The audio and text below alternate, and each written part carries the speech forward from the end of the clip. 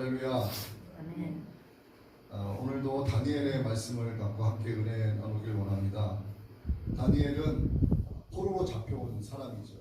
그래서 70년 이상을 현재 포로 신분으로 살아가고 있습니다. 그리고 다니엘만 잡혀온 것이 아니라 그의 절친 3명의 친구들도 있었고, 사드락, 메삭, 아벤느고, 그리고 수많은 유대인들이 지금 포로 신분으로 살아가고 있습니다.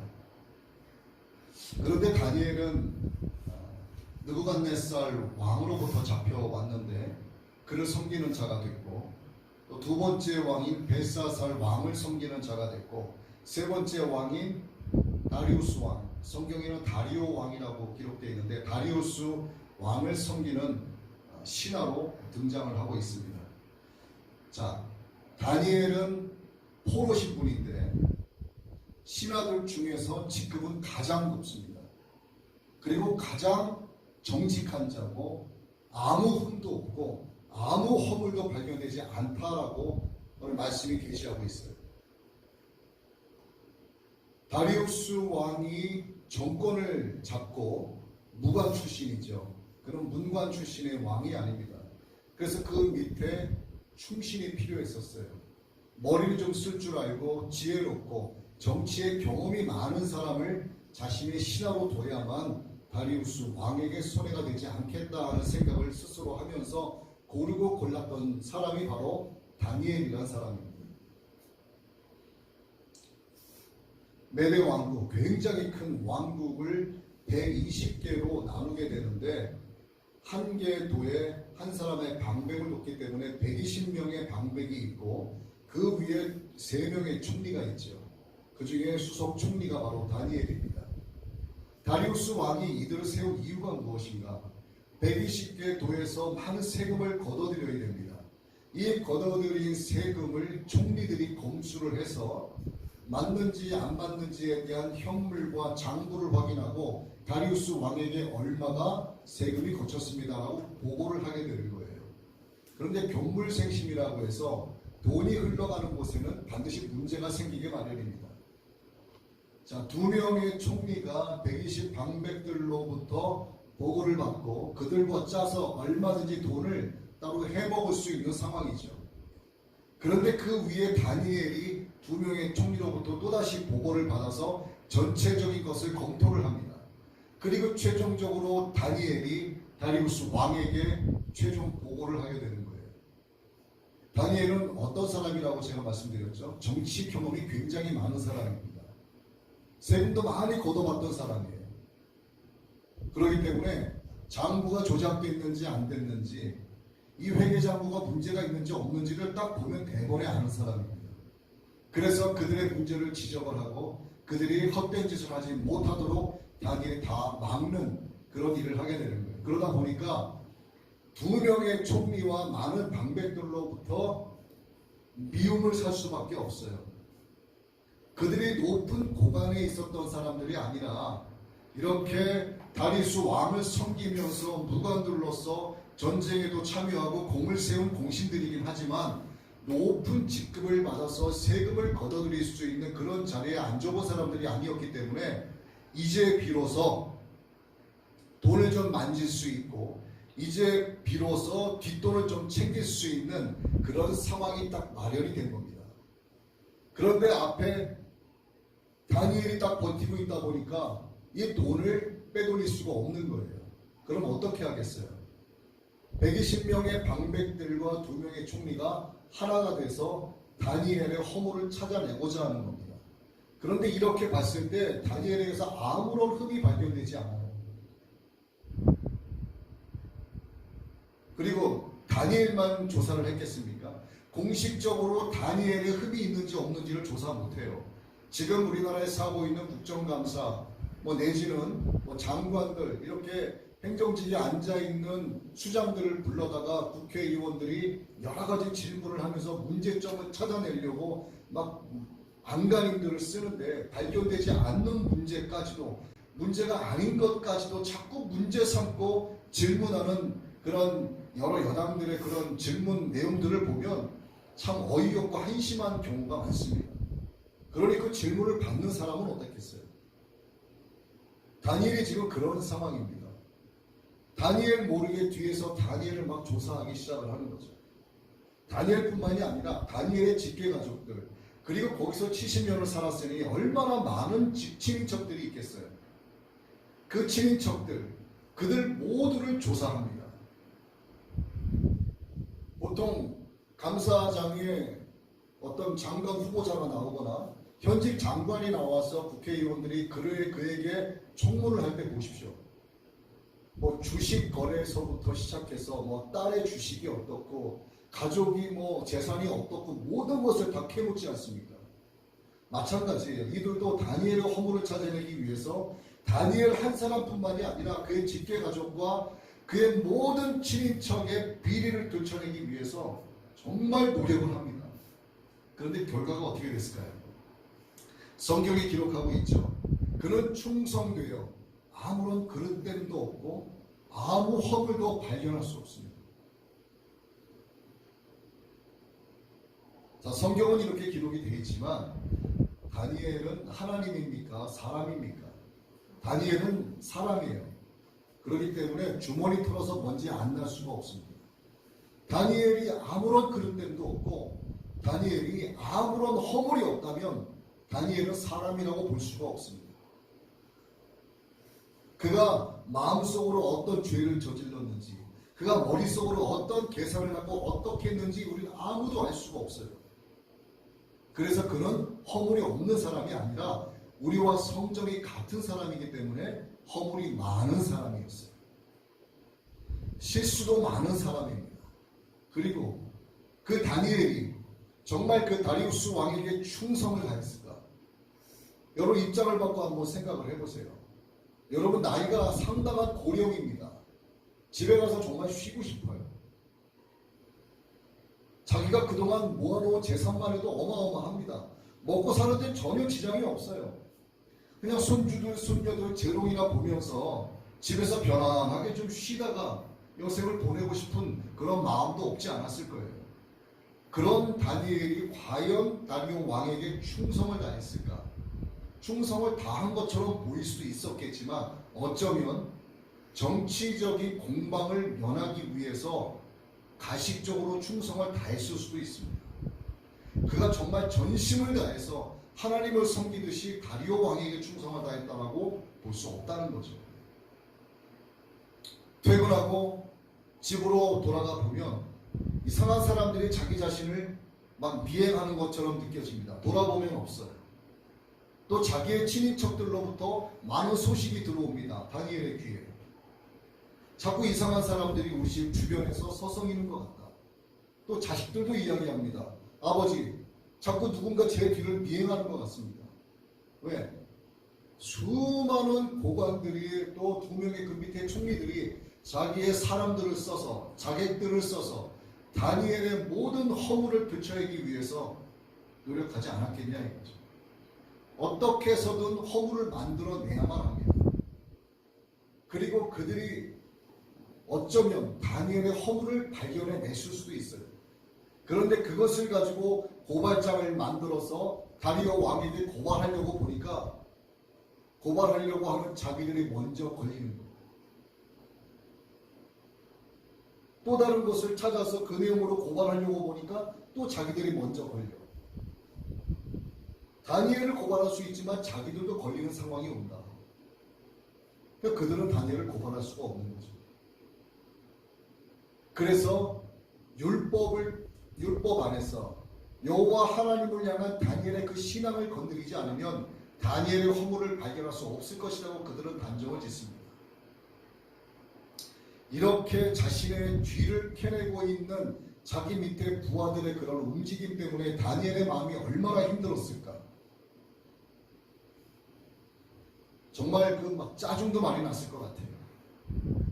공식적인 국무 자리에서 자신의 부하들과 수많은 부하들과 이야기를 나눕니다. 공적인 업무를 나누기 위해서 대화를 하겠죠.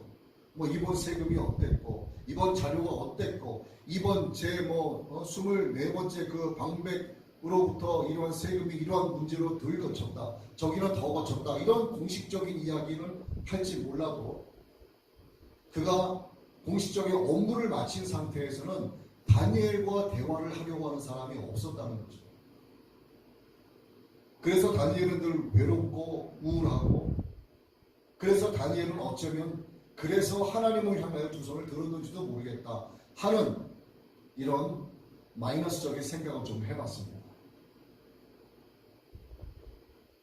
그는 정말 하나님을 향하여 충성을 다하는 자로 성경은 기록을 하고 있지만, 때로는 왕의 신하의 신분이기 때문에 왕에게 자기의 자존심을 굽혀가면서 굴복해가면서 왕에게 충성을 다하지 않을 수 없는 상황을 맞닥뜨리기도 했을 거예요. 이게 무슨 말씀이냐?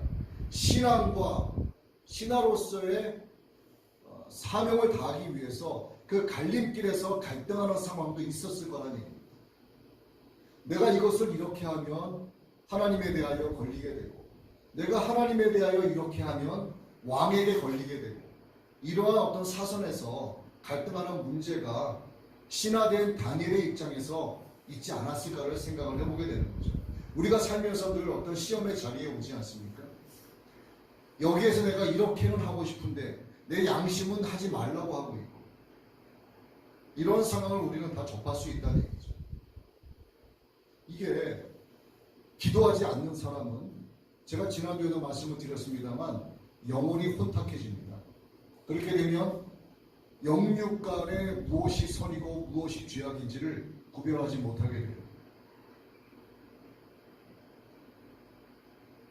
영육 간 구별하는 것이 점점 흐릿해지기 시작을 하면 죄의 무게를 느끼지 못하게 됩니다.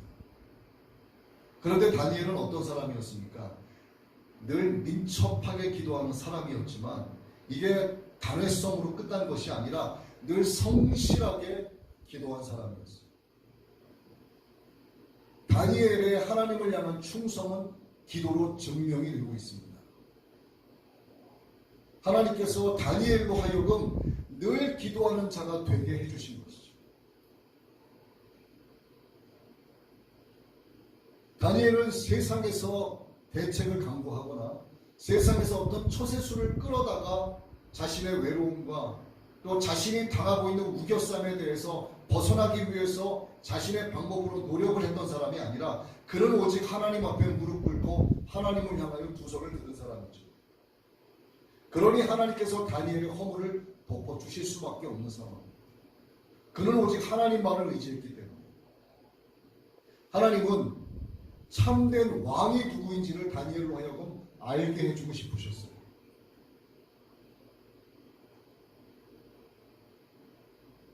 하나님은 그의 허물을 덮어주시고 그의 죄를 용서해 주시고 그에게 지혜를 주시는 분이 누구인지를 알게 해주고 싶으셨습니다.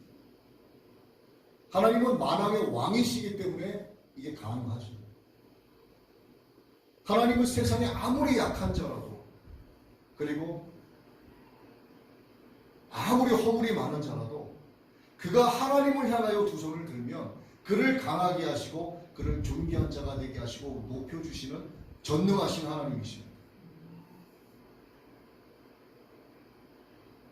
그렇게 하나님께서 허물 많은 다니엘의 모든 세상적인 것을 덮으시자 그 어떤 누구도 다니엘의 허물을 발견하지 못하게 됩니다. 오늘 하나님께서 저와 여러분의 죄를 이렇게 덮어주고 계시는 거예요. 여러분이 죄가 없어서 하나님을 아버지라고 부르는 게 아니고, 여러분이 죄가 없기 때문에 예배당에 나와서 하나님께 예배드리는 게 아니에요. 하나님께서 여러분의 죄를 하나님의 아들 예수님의 보혈로 다 씻어주시고 하나님의 은혜로 이렇게 덮어주고 계시기 때문에 죄가 드러나지 않는 거예요. 그렇기 때문에 내가 너의 죄를 모른다고 말씀하시는 겁니다. 더러운 벽지 위에 새로운 벽지를 덧바르는 것이 아니라, 그래서 그 벽지를 뜯어내면 안에 있던 더러운 벽지가 드러나게 하시는 것이 아니라 아예 다 뜯어 없애버리는 겁니다. 이전에 있던 것을 하나님은 기억하지 못한다고 말씀하시는 거예요. 그 전능하신 하나님께서, 그 전지하신 하나님께서 우리를 지으신 하나님께서 내가 너희 죄를 모른다고 말씀하신 하나님께서 우리의 허물을 덮어주실 때 세상 그 어떤 사람들이 우리의 죄를 들춰내고 허물을 발견해내려고 해도 발견할 수 없게 하시는 것이 바로 하나님의 전능하심 때문에 그렇다는 얘기죠. 하나님은 다니엘로 하여금 끝까지 충성하는 자가 되게 하고 계세요. 어떻게? 다니엘로 하여금 민첩하게 기도하는 자가 되게 역사하고 계시고 다니엘로 하여금 늘 성실하게 기도하는 자가 되도록 하나님이 친히 개입하셔서 강권적으로 그의 삶을 이끌어가고 계시는 것이 오늘 말씀을 통해서 분명하게 드러나고 있습니다. 제가 수업에도 말씀을 드렸어요. 하나님을 향한 다니엘의 충성은 무엇이다? 바로 기도였습니다. 자신의 허물을 덮어주시는 하나님을 향한 그 믿음의 고백이요.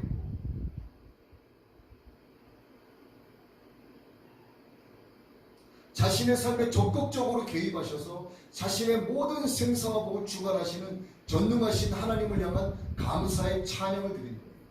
그래서 기도는 감사의 찬양이면서 하나님의 은혜에 대한 믿음의 고백이라고 할 수가 있습니다. 자, 이걸 돌려서 말씀을 드리면 뭘까요? 기도하지 않는 사람은 이것이 하나님의 은혜입니다 라고 고백을 못한다는 얘기예요. 기도하지 않는 사람은 하나님을 향하여 감사 찬양을 할 수 없게 됩니다. 왜? 그의 영혼이 이미 혼탁해 있기 때문에 이것이 하나님의 은혜인지 나의 노력의 산물인지를 구분 못하기 때문이에요. 내 노력에 의해서 나온 결과이기 때문에 하나님께 감사할 필요가 없다고 생각을 하게 됩니다. 이게 사단이 그에게 역사한 과정이에요. 그런데 기도하는 사람은 영혼이 맑아져요. 모든 것이 하나님의 은혜가 아니면 이루어질 수 없다고 고백을 하게 됩니다. 그렇게 고백하는 자는 하나님을 향하여 감사하지 않을 수 없게 되는 거죠.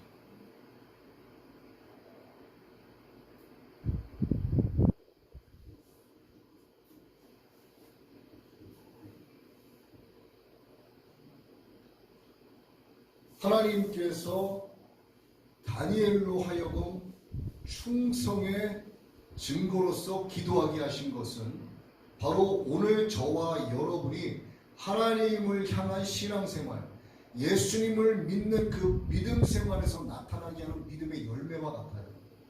우리의 삶에서 나타나는 그 믿음의 열매가 하나님을 향한 증거라는 겁니다. 그런데 우리는 삶에서 믿음의 열매를 주렁주렁 맺지 못하고 있어요. 이 믿음의 열매가 있다고 할지라도 하나님은 기도하는 자로 하여금 나에게서 나타나는 이 믿음의 열매를 맛있게 숙성시켜 주십니다. 기도하지 않는 사람은 내 삶에서 나타나는 이 믿음의 열매가 숙성되지 않아요. 그러나 기도하는 사람은 내 삶에서 나타나는 믿음의 열매들이 숙성되어져 갑니다. 즉 숙성된 기도를 하는 사람은 무엇을 구하게 되는가? 우리가 당장 먹고 마시는 1차원적인 문제에 대해서도 간구하죠. 또 당장 때를 따라 필요를 따라 물과 불을 구하기도 합니다.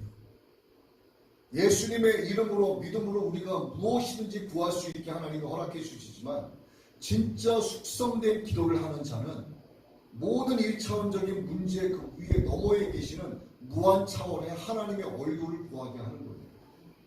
나로 하여금 물과 불이 필요하게 하신 하나님의 뜻이 무엇인가를 구하게 되는 거예요.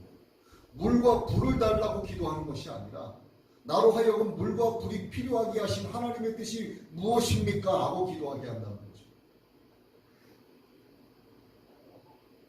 먹고 마시는 것이 필요하게 하신 하나님의 뜻이 무엇입니까? 나로 하여금 이러한 고난과 어려움을 주신 하나님의 그 선하신 뜻이 무엇인지 알기 원합니다 라고 기도하게 되는 거예요.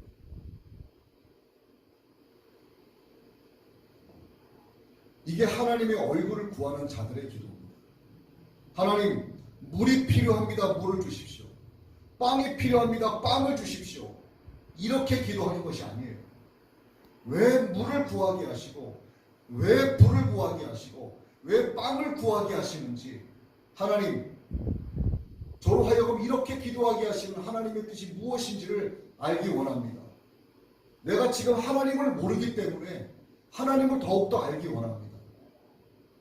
그러니 하나님의 방법은 항상 최선이고 하나님의 선택은 항상 최고인 그 하나님을 향하여 기도하오니 하나님을 알지 못하는 나를 용서하여 주시고 하나님을 알게 하여 주옵소서라고 기도하게 되는 거예요. 이게 숙성된 믿음의 열매를 가진 자들의 기도라는 얘기입니다. 다니엘은 바로 이렇게 기도하는 사람이었어요. 하나님, 저 사람들이 나를 우겨싸고 있습니다. 하나님, 제가 저 사람 때문에 너무나도 힘이 듭니다. 자꾸 내 허물을 들춰내려고 합니다. 저 무섭습니다. 두렵습니다. 저 좀 도와주세요. 저들이 그러지 못하도록 발병나게 해주시고요. 왕궁으로 출근하다가 넘어져서 사고나게 좀 해주세요. 이렇게 다니엘은 기도 안 했어요. 하나님의 얼굴을 구하고 나를 향하신 하나님의 뜻을 구하고 하나님께 늘 감사하고 자신의 언행을 돌아보면서 하나님 앞에 회개하는 기도를 한 사람입니다. 숙성된 기도를 했다는 거죠. 하나님은 하나님 앞에 충성을 다하여 기도하는 자에게 이와 같이 기도할 수 있는 은혜를 베풀어 주시는 하나님이세요.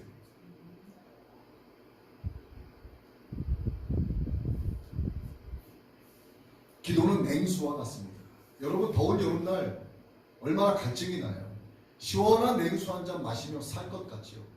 바로 기도가 냉수와 같은 역할을 합니다. 갈증하고 있고 정말 목말라 하고 있는 내 영혼에 시원한 맛을 느끼게 해주는 것이 바로 기도예요. 기도가 아니면 내 영혼이 시원함을 느낄 수가 없습니다. 또 기도는 오아시스와 같아요. 죽어가는 방랑객이 시원한 오아시스 밑에 나무 밑에 그늘에서 그곳에 있는 시원한 물을 한 잔 떠먹었을 때 그가 다시 회생하고 살아나는 것처럼 우리의 갈증난 영혼들, 죽어가는 우리의 영혼들, 혼탁한 우리의 영혼들, 혼탁하기 때문에 죄의 짐이 무엇인지도 전혀 느끼지 못하고 죽어가 있는 그에게 예수님의 생명수가 부어짐으로 인해서 다시 살아나게 되기 때문에 기도는 바로 오아시스와 같고 냉수와 같다고 말씀드릴 수 있는 겁니다.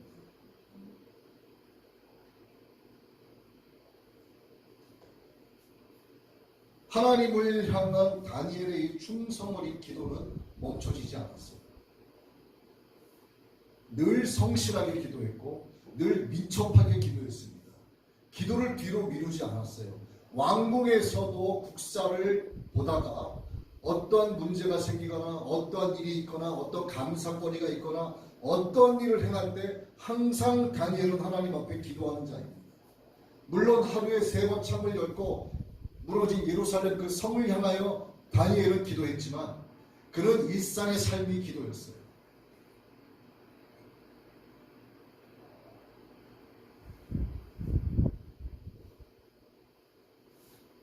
다니엘의 충성어린 기도로 인해서 다니엘은 다리우스 왕으로부터 엄청난 신임을 받게 됩니다. 하나님은 끝까지 다니엘의 허물이 밝혀지지 않게 완벽하게 덮어주고 계세요. 여러분, 기도하는 자와 가까이 있으면 하나님의 선한 영향권 안에 들어가게 됩니다. 다리우스 왕은 기도하는 사람이 아니었습니다. 자기를 신격화하기를 기뻐하는 사람이었어요. 자기를 찬양하는 것을 기뻐하는 사람이었어요. 무관 출신으로서 한 메대 왕국의 왕이 되었다는 것에 대해서 굉장한 자부심을 갖고 있는 사람입니다. 어떻게 보면 하나님을 대적하고 있는 자와 같아요. 그러나 다리우스 왕은 기도하는 다니엘을 알아봤어요. 그를 중용하고 자신의 바로 밑에 부하로 삼습니다. 다리우스 왕은 그때까지만 해도 다니엘이 하나님을 향하여 기도하고 말건 관계가 없어요. 왜? 자신에게는 손해되는 게 없으니까. 다니엘이 하나님을 향하여 충성을 다하고 늘 정직하게 행하는 모습을 보면서 다리우스 왕은 흡족합니다. 다니엘이 기도하기 때문에 다니엘에게 주시는 하나님의 복의 영향권 안에 다리우스 왕이 들어오게 하나님이 역사하신 거죠.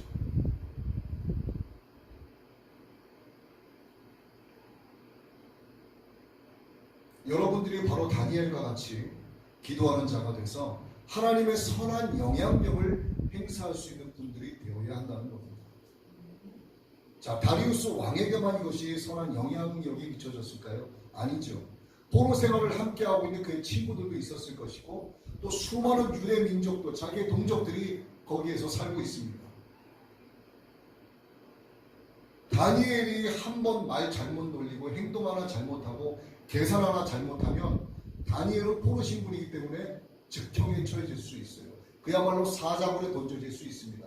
그러면 다니엘만 죽게 될까요? 다니엘의 직계가족도 해를 입게 되고요. 다니엘의 친인척은 물론이고 유대 동족들까지도 좋지 않은 해를 입을 수 있게 되는 상황이에요. 그러나 하나님은 기도하는 다니엘로 하여금 기뻐하셨기 때문에 다니엘에게 평강을 줍니다. 아무 두려움이 없게 해줘요. 그 선한 하나님의 영향력이 유대인들에게까지도 미치는 겁니다. 다리우스 왕이 아무리 자신을 신임해줘도 다니엘은 다리우스 자기가 섬기고 있는 왕을 신임하는 것이 아니라 왕을 신뢰하는 것이 아니라 그럴수록 더욱이 하나님을 신뢰합니다.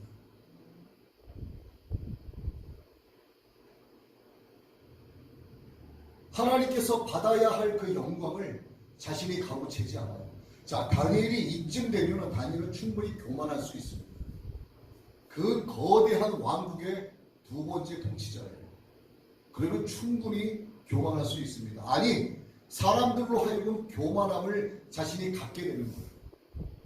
자, 자기 밑에 2명의 총리와 120명의 방백들이 있는데 전부 다 다니엘을 대적했을까? 전 아니라고 봅니다. 그 중에는 다니엘을 좋아하고 다니엘을 존경하고 다니엘을 따라 닮고 싶은 사람들도 있었을 거라고 봐요.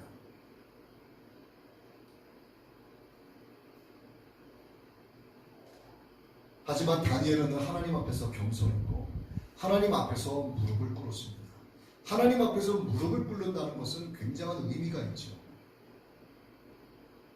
하나님 존전에 있는 나의 모습이 어떻다라고 하는 것을 아는 자만이 하나님 앞에서 무릎을 꿇게 돼요. 내가 하나님을 모릅니다라고 고백할 수 있는 자만이 하나님 앞에 무릎 꿇게 됩니다. 하나님은 전능하신 분이라는 것을 고백할 수 있는 자만이 하나님 앞에 무릎 꿇게 돼요.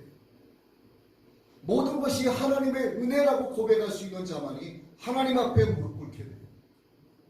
민첩하게 기도하고 성실하게 기도함으로써 하나님을 향한 자신의 충성을 기도로 증명할 수 있는 자만이 하나님 앞에 무릎 꿇게 됩니다.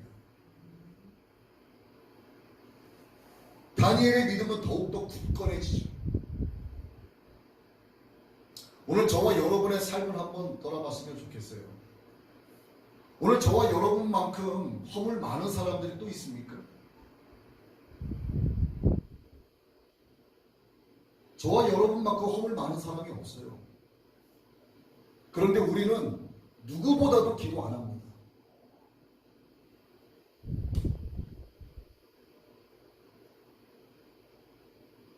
오늘 저와 여러분만큼 삶에 많은 근심을 갖고 있는 사람들이 없어요.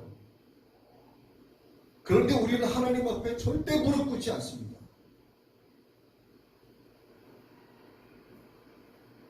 그러면서도 할 건 다 해요. 하나님, 왜 제게 자꾸 이러한 시험을 주시고 이러한 고난을 주시고 이렇게 아프게 하십니까? 그러면서 이렇게 원망 불평하는 것을 내가 하나님 앞에 기도했다고 착각을 잘합니다. 왜 그럴까요? 기도하지 않기 때문에 평상시에 하나님을 경외하는 마음이 사라졌기 때문에 기도하지 않는 거예요. 그렇기 때문에 그 영혼이 혼탁해진 겁니다. 살아있는 사람 위에 벽돌 무거운 거 한 장 올려놓으면 오래 못 가서 무거우니 내려달라고 하죠. 시체 위에 벽돌 10장을 올려놔도 그 시체는 아무 말 못합니다. 죽어있기 때문에 그 무게를 느끼지 못하는 거죠. 그 영혼이 살아있는 자는, 그 영혼이 맑고 깨끗한 기도하는 자는 나에게 죄짐이 하나 묻었을 때 죄짐이 무거워서 하나님 앞에 즉시 무릎 꿇고 두려움과 떨림으로 기도합니다. 그러나 영혼이 혼탁한 자는 아무리 죄짐이 쌓여도 죄의 무게를 느끼지 못해요. 하나님 앞에 기도하지 않습니다. 자꾸 뒤로 미뤄요. 그런 사람의 귀에도 들리긴 들립니다. 기도하라는 하나님의 음성이 들려와요. 지금도 하나님은 저를 통해서 너희들 기도하라고 말씀하고 계세요. 민첩하게 기도하라. 성실하게 기도하라. 네가 나에게 충성을 다하고 있느냐? 기도로 너의 충성을 증명하라고 하나님이 지금도 말씀하고 계심에도 불구하고 우리 어떻게 합니까? 시간이 지나면 머리를 흔들어서 내 귀에 앉은 하나님의 말씀을 툭툭 털어버려요. 그리고 다 잊어버립니다. 그러니까 그 영혼이 점점 혼탁해지기 시작을 하고 나에게 쌓여져가는 그 죄의 짐을 느끼지 못하는 거예요. 죄의 무게를 전혀 느끼지 못합니다. 왜? 그의 영혼이 죽어가고 있기 때문에.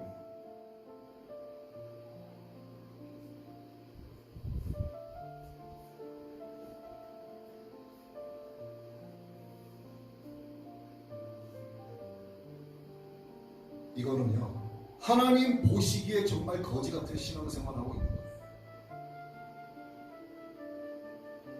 이건 하나님이 기뻐하시는 생활이 아니에요. 그냥 기독교는 종교 나부랭이에 불과한 거예요. 중들이 머리 깎고 산에 올라가서 그 금색으로 덧칠한 그 불상 앞에 앉아서 돈 닦는 거하고 다를 게 뭐가 있겠습니까? 중들이 연불 외우는 거나 뭐가 다를 게 있겠어요?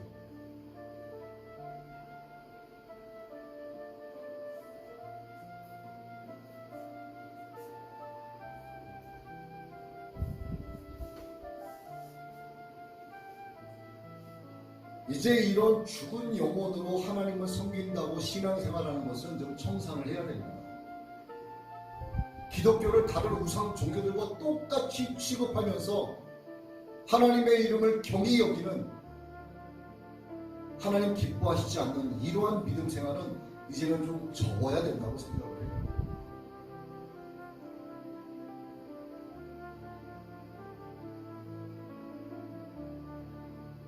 하나님 앞에 민첩하게 기도하고 하나님 앞에 늘 성실하게 기도하고 환경과 상황에 자꾸 짓눌려 가는 것이 아니라 이걸 걷어 차버리고 때와 장소를 구분해서 따지는 것이 아니라 상관없이 아무 때나 하나님 앞에 즉시로 기도할 수 있는 자, 길을 걸어가다가도 하나님 바라보면서 기도하고 버스를 타고 가다가도 기도하고 운전을 하면서도 기도하고 무엇인가를 결정하기 전에도 기도하고 식사하기 전에도 기도하고 먹고 나서도 감사 기도하고 잠을 자기 전에도 일어나서도 기도하고 자다가 화장실 가다가도 기도하고 늘 하나님의 얼굴을 구하는 것, 하나님의 이름을 구하는 것만이 하나님이 기뻐하시는 하나님을 향한 충성이라는 것. 아니면 다니엘처럼 하루에 3번 시간을 정해서 창을 열고 집에서 기도하시든가. 그거 못하시잖아요. 그러면 때를 가지지 말고 상황을 구겨짓지 말고 하나님 앞에 민첩하게 기도하시고 성실하게 기도하시면서 하나님을 향한 여러분의 충성을 증명해내시길 바랍니다. 하나님이 오늘 여러분에게 그걸 말씀하고 계시는 거예요. 네가 나에게 충성을 다하고 있느냐? 그러면 나를 향하여 기도하라. 나의 얼굴을 구하고 나의 이름을 부르라. 그리고 숙성된 믿음으로 기도하라고 하나님이 오늘 말씀하고 계시는 겁니다.